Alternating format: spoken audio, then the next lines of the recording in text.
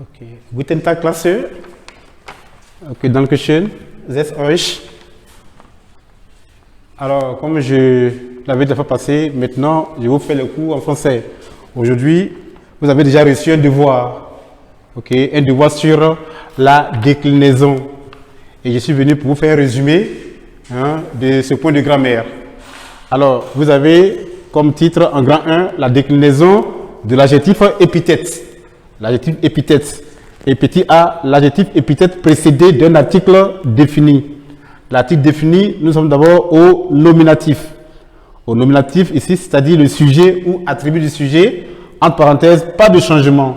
Ça veut dire quoi? Lorsque vous avez un adjectif, vous allez voir dans le devoir, si vous voyez der, dit, das, ces formes-là, il n'y a pas de changement. Ça veut dire que c'est comme ça qu'ils sont nés. Si vous voyez qu'il y a plusieurs adjectifs qui viennent après eux, n'hésitez pas à mettre eux à la fin.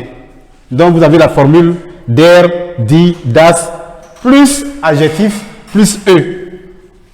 Donc ici, il n'y a pas de changement. Donc, dans un premier temps, quand vous avez l'exercice à faire, vous cherchez à localiser le déterminant. Si c'est der, si c'est dit, si c'est das, à ce moment-là, vous mettez eux à la fin de l'adjectif. Même s'il y a 100 adjectifs qui sont alignés pour le même article, tous les 100 prennent eux à la fin. Ça va? Merci. À l'accusatif, vous avez encore les mêmes déterminants, mais ici, au masculin, vous avez le der qui devient quoi? Den. Ok? Là, comme le der a changé, il y a eu changement ici. Alors, ce changement oblige aussi une autre terminaison. En ce moment-là, vous mettez en à la fin de l'adjectif à cause de den. Parce qu'il y a changement ici. Mais on se rend compte qu'à l'accusatif, le féminin et le neutre n'ont pas changé. Donc, quand ils ne changent pas comme ça, on applique cette règle-là. On met toujours e à la fin de l'adjectif. Donc, cherchez toujours à savoir si vous avez der, dit, das dans votre phrase. Si tel est le cas, alors vous appliquez la règle. Au datif, je vous ai dit que c'est celui qu'on appelle le virus. Lui, je l'appelle le virus parce que partout où il rentre, il détruit, il saccage. Donc, regardez bien les déterminants. Le der qui était ici au nominatif, le dit et le das, quand il se retrouve maintenant au datif, que devient le der?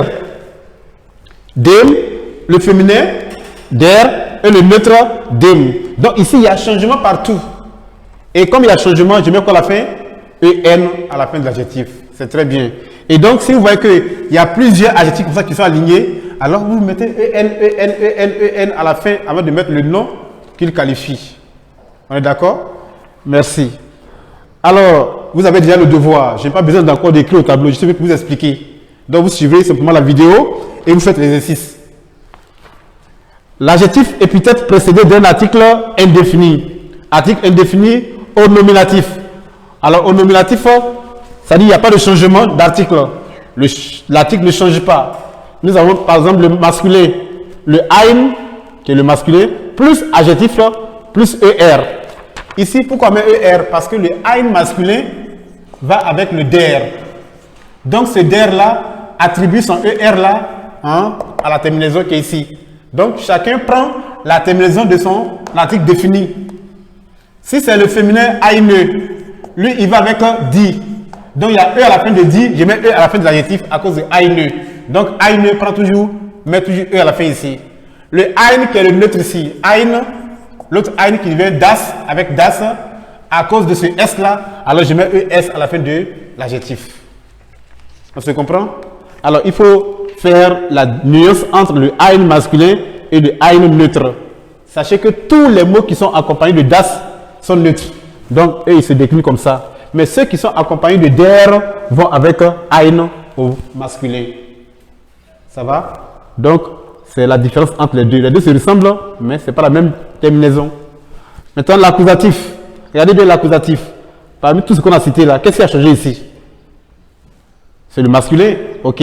Il devient quoi? Einen. Donc, changement oblige quelle terminaison? En. Donc, je mets quoi? En.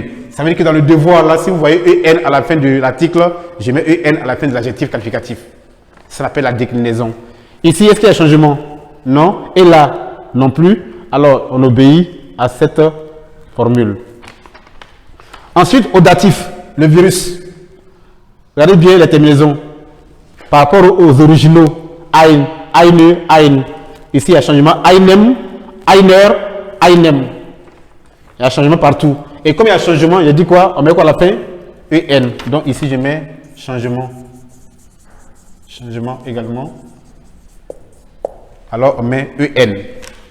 Alors, voici un peu un petit résumé de cet exercice-là. Donc, vous suivez la vidéo et vous appliquez ce qui est dit ici pour faire l'exercice. Je vous remercie et on se revoit pour une prochaine séance.